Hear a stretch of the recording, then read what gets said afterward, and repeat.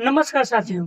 Daily चर्चा में आज हम लोग बात करते हैं इजराइल और ईरान के बीच युद्ध से विश्व व्यापार पर क्या प्रभाव पड़ेगा। जैसे तेल पर क्या प्रभाव पड़ेगा, ट्रेड पर क्या प्रभाव पड़ेगा, सुरक्षा पर क्या प्रभाव पड़ेगा और व्यापार पर क्या प्रभाव पड़ेगा। ऐसा नहीं ना है कि जो 1973 में जो संकट आया था फिर उसी तरह आ जाए। इन सब बातों पर हम लोग आगे चर्चा करेंगे। तब तक हम लोग कुछ बेसिक जानते हैं। पिछले एक सप्ताह से इजराइल और ईरान के बीच काफी युद्ध जैसा माहौल बना हुआ है। कभी बम से हो रहा है, कभी ड्रोन से हो रहा है, कभी गोला से हमला हो रहा है और काफी तबाही मचाया हुआ है। दोनों देशों ने एक दूसरे पर काफी ज्यादा हमला कर रहे हैं। दोनों देश एक दूसरे पर बहुत हमला कर रहे हैं। जैसे परमाणु हथियार ठिकाना हो, सैन्य ठिकाना हो, अथवा जो वैज्ञानिक का जो घर हो उस पर, या जो रिएक्टर हो, परमाणु हथियार से संबंधित हर क्षेत्र पर काफी बमबारी देखने को मिल रहा है। दोनों देश पहले 1979 के पहले दोनों में काफी अच्छा संबंध था। जिस समय शाह का शासन था, जब 1980 के बाद दोनों देशों में काफी ज्यादा तनाव देखने को मिला और वह सबसे ज्यादा तनाव था वह धर्म को लेकर था।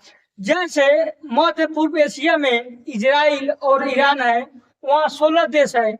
16 देश में 15 देश है जो मुस्लिम है, इस्लामिक कंट्री है, और एक देश है इजराइल जहाँ ईसाई की बहुल्यता है, ईसाई देश है। इसीलिए दोनों में धर्म को लेकर काफी ज्यादा विवाद चरम सीमा पर है। और दोनों के बीच जो धार्मिक देश है, लेबनान का हिजबुल्लाह है या हमास का गाजा है, काफी ईरान को समर्थन दे रहा है, जिसके चलते और विवाद बढ़ते चला जा रहा है।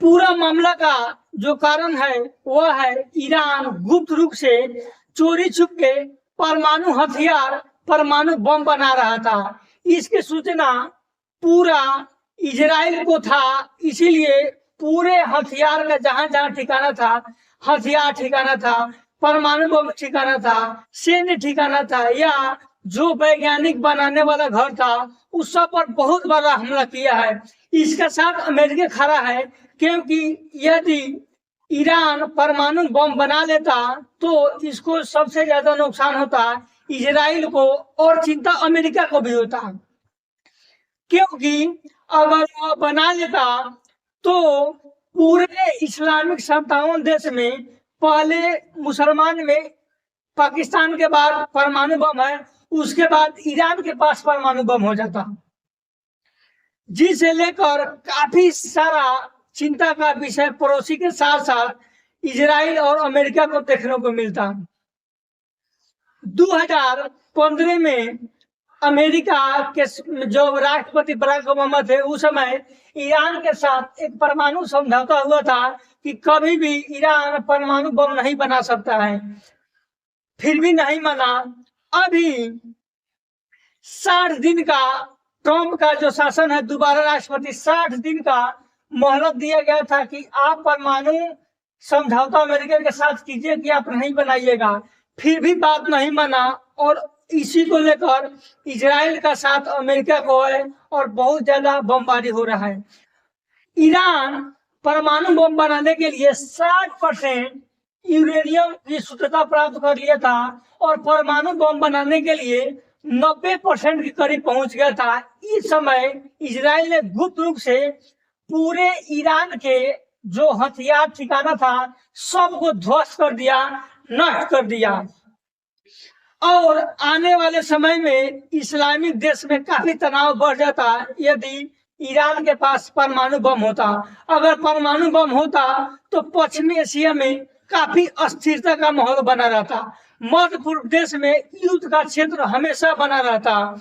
इजराइल ईरान के तनाव से सीरिया, इराक और गाजा का हौसला बना रहता कि कभी भी दूसरे देश पर काफी बड़ा अटैक कर देता। हुथी का ईरान के जो शिया सुन्नी है उसमें तनाव बढ़ जाता और शिया सुन्नी टकराव के चलते सऊदी अरब, संयुक्त राज्य अमीरात, तुर्की उसमें शामिल हो जाता है और इस मुकाम को और ज्यादा फैलता है, जिसके कारण और देशों में अशांति फैलता। जो हिजबुल्लाह के 1.5 लाख रॉकेट है वह उत्तर से दूसरा मोर्चा खोलने के लिए तैयार हो जाता। इसीलिए अमेरिका का इसमें प्रमुख देशों का इसमें ज्यादा लगाव हो रहा है। अभी अमेरिका का जो इजराइल के साथ ट्रीटी बॉन्ड है उसमें कहा गया है कि इजराइल का साथ हमेशा अमेरिका देगा। इसी को देकर इस जो युद्ध का जो जंग चल रहा है इसमें अमेरिका काफी ज्यादा इसमें सहयोग दिखा रहा है और ऐसा बयान दे रहा है, लग रहा है कि इस पूरे जो जंग है, जो युद्ध है, उसको अमेरिका ही हैंड ओवर कर रहा है। जैसे अमेरिका के ट्रम्प कई सारे विवादित बयान दे रहे हैं, बोल रहे हैं कि अगर इस युद्ध में ईरान ने अगर अमेरिका के किसी भी क्षेत्र पर हमला किया तो उसको काफी ज्यादा नुकसान करना पड़ेगा और हम पूरे ईरान को बर्बाद करेंगे। कभी बोल रहे हैं कि ईरान के जो राजधानी है वहां तेहरान के सब लोग को खाली करे। अब ये भी धमकी दे रहे हैं कि ईरान है जो बिना शर्त के परमाणु समझौता से बाहर निकले, उसको परमाणु बनाने का अधिकार नहीं है। इसके साथ साथ रूस और चीन पे भी इसमें शामिल हो गया है। ईरान को रूस से संबंध है वह है राक्षस संबंध। हो सकता है कि पीछे से जो रूस है वो ईरान का साथ दे रहा है, आने वाले कूटनीतिक मामलों से हथियार में बिक्री कर सकता है। या जो चाइना है जो तेल के साथ ईरान से संबंध है वह बोल्ट और रोड निवेश पर सहयोग कर सकता है।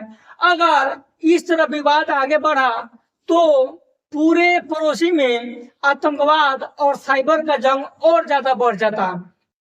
इसीलिए यूरेनियम अगर दो रास्ता है ईरान के पास, या तो वह इस संस्था से जो परमाणु संधि से बाहर होकर जबरदस्ती बनाए, अथवा अगर शांति कर लेता है तो इतना बड़ा जंग से वह उभर सकता है और विश्व में युद्ध का बहुत बड़ा मुकाम खड़ा नहीं हुआ। क्योंकि यह बात मध्य पूर्व देशों का है। अगर मध्य में पूर्व में कोई भी घटना घटता है तो उसका प्रभाव सब तरफ रहता है। कहीं आप तीसरे विश्व युद्ध की मोड़ न ले लें ताकि हर देश इसमें आगे आए और इसमें इसको और आगे बढ़ाए। इसीलिए यदि अगर बना लेता है तो यूरेनियम की वृद्धि करेगा और परमाणु संधि जो है एनपीटी जो न्यूक्लियर प्रोहिबिशन ट्रीटी है इसे बाहर होकर जबरदस्ती बना सकता है। क्योंकि यह घटना भारत के साथ हुआ था जिस समय भारत के प्रधानमंत्री अटल बिहारी वाजपेयी थे, तो वो भी गुप्त रूप से भारत में परमाणु बम बनाए थे। अमेरिका ने काफी ज्यादा उसको तनाव दिया कि हम भारत पर कार्रवाई करेंगे, फिर भी गुप्त रूप से बनाया। हो सकता है यह भी गुप्त रूप से बना रहा होगा। इसी को देखकर यदि शांति कर लेता है तो ईरान का जो क्षति होने वाला है वो बच जाएगा। इसमें इसको देखकर अगर बना लेता है तो सऊदी अरब, तुर्की देश भी परमाणु विकल्प का तलाश करेंगे कि जब हमारे पड़ोसी में है तो हम भी चोरी छुप के इसको बना लें। और तेल और ऊर्जा पर क्या प्रभाव पड़ेगा, देखिए इसमें 2 पॉइंट है। एक 100 पॉइंट है और हरमुज जल डमरू मध्यस्थता है। दुनिया में, पूरे दुनिया में जो ईरान है 20% तेल और 25% एलपीजी गैस का विश्व के कई देशों में भेजता है। यह ईरान पर दिन 3 मिलियन बैरल जो तेल है वह भारत को भेजता है, चीन को भेजता है, जापान को भेजता है, अमीरात को भेजता है, कुवैत को भेजता है और अन्य देशों को भेजता है। और गल्फ देश पर इसका काफी प्रभाव पड़ेगा, जैसे इराक पर, कतर पर, संयुक्त अरब अमीरात पर काफी प्रभाव पड़ेगा। और यह अगर बंद कर देगा तो काफी ज्यादा तेल का संकट देखने को मिल सकता है। अभी बताया जा रहा है कि एक बैरल की कीमत $200 हो जाएगा, जो भारत की अर्थव्यवस्था चरमरा जाएगा। और अन्य पड़ोसी देश है या विश्व के बड़े बड़े देश है, सबकी स्थिति दयनीय हो जाएगी।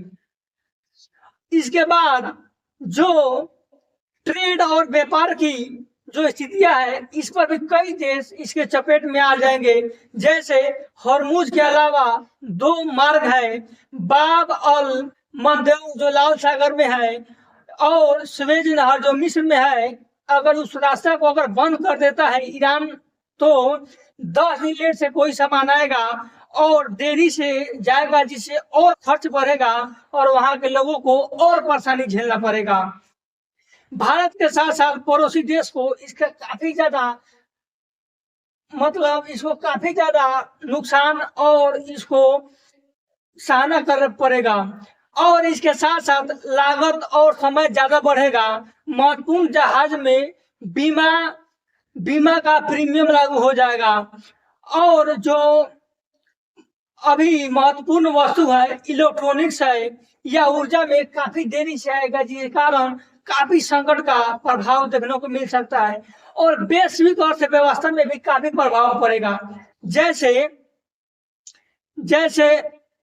कार हो या अर्धचालक हो या उर्वरक हो, सब पर बाधा पहुंचेगा। वैश्विक आर्थिक वृद्धि नीचे चला आएगा और वैश्विक मंदी जो 1973 में हुआ था, ये खतरा हुआ था तेल संकट का, कहीं ऐसा स्थिति न हो जाए।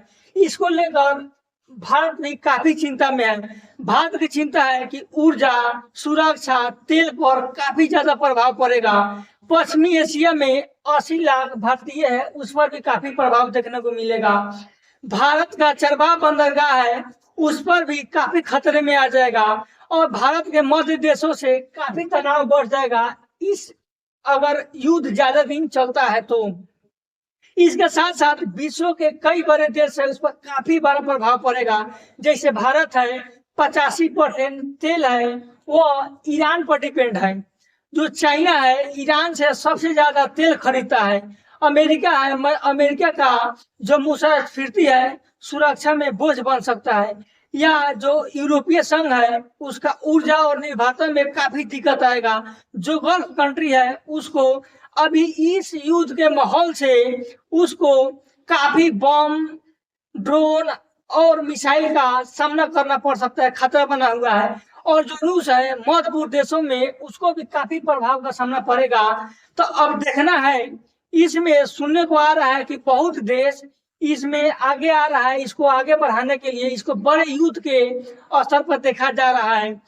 इसका कुछ दिन पहले ईरान के जो राष्ट्रपति थे उन्होंने बोला कि हम इस भयंकर युद्ध से बाहर निकलना चाहते हैं, यदि एक शर्त है कि कोई भी अमेरिका या इजराइल है भारत को जो अमेरिका इजराइल है ईरान को नुकसान नहीं पहुंचाए। और यह भी देखने को मिलता है कि जो G7 सदस्य हैं उन्होंने कहा है कि जल्दी से जल्दी ईरान परमाणु से बाहर निकले, परमाणु हथियार नहीं बढ़ाए। और नाटो भी और विश्व संगठनों ने काफी ईरान को चिंता जताया है कि इस बड़े युद्ध में शामिल नहीं हो, इसे बाहर निकलने में ही अभी भलाई है। भारत के प्रधानमंत्री मोदी ने कहा है कि अभी जो युग है विश्व में युद्ध का नहीं है, अभी शांति का है, क्योंकि विश्व के हर देश सब देश आगे वृद्धि कर रहा है। इसीलिए देखिए आगे क्या हो रहा है, यह युद्ध है समाप्ति होता है या इसमें और देश शामिल होकर इसको और आगे बढ़ाता है। क्योंकि यह मामला है मध्य पूर्व देश का है कि अभी कोई भी खतरा अगर बढ़ता है मध्य में तो पूरे विश्व में इसका साया पड़ता है। कहीं हो ना सके कि इसमें और देश उसको आए और इसको तीसरे विश्व युद्ध की ओर जाए। इसीलिए धन्यवाद।